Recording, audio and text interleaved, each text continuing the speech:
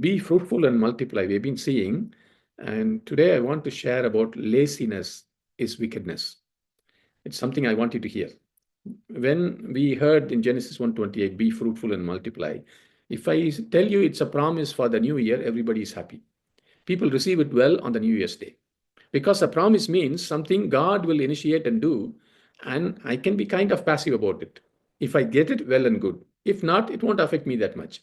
But I also say and said on that day, it is a mandate to us. What does mandate means? That means I have an obligation, and there are consequences if I don't fulfill that obligation.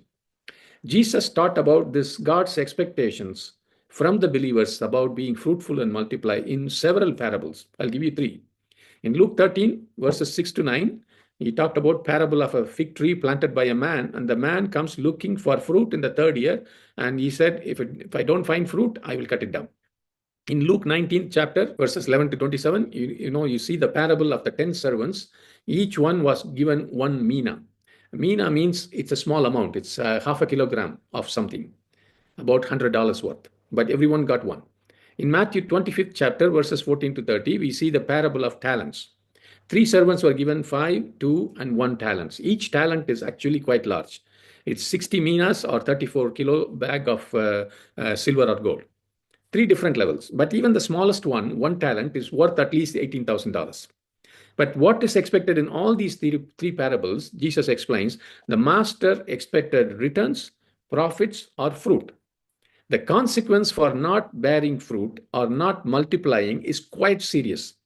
To the servant who hid the one talent he was given, there were terrible consequences. Jesus explained in Matthew 25:26, but the master replied, you wicked and lazy servant.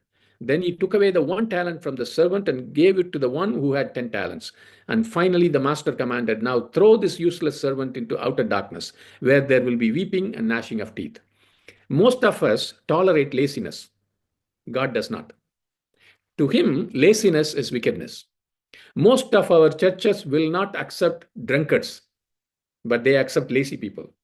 But in the sight of God, laziness is a worse sin than drunkenness. You see, each of the 10 servants was given the same one mina. I think that mina is like time. All of us are given the same 24 hours in each day. All of us are given more or less the similar number of years to live on this earth. Whether you are rich or poor, our life span is more or less the same. The president of a country and you have the same 24 hours in a day. How much each one accomplishes in one day is vastly different. Now, when it comes to talents, which are gifts or material resources or opportunities, they may be widely different for different people. And the gifts of the Holy Spirit may be different and varied. But even in that parable, no one is left without a talent.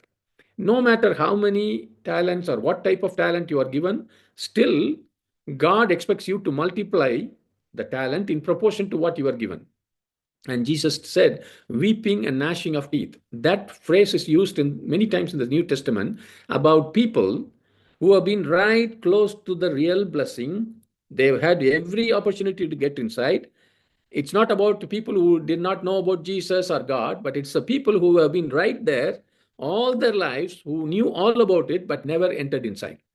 There will be weeping and gnashing of teeth because there will be tremendous bitterness inside.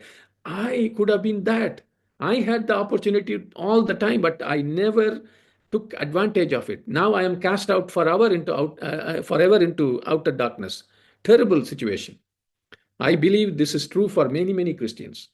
It could be nominal Christians. It could be born again Christians, spiritual Christians who are not really getting in, who are just staying outside. One more thing, the people who were rejected in the parable of talent, they were the people who had the least entrusted to them, one talent per people.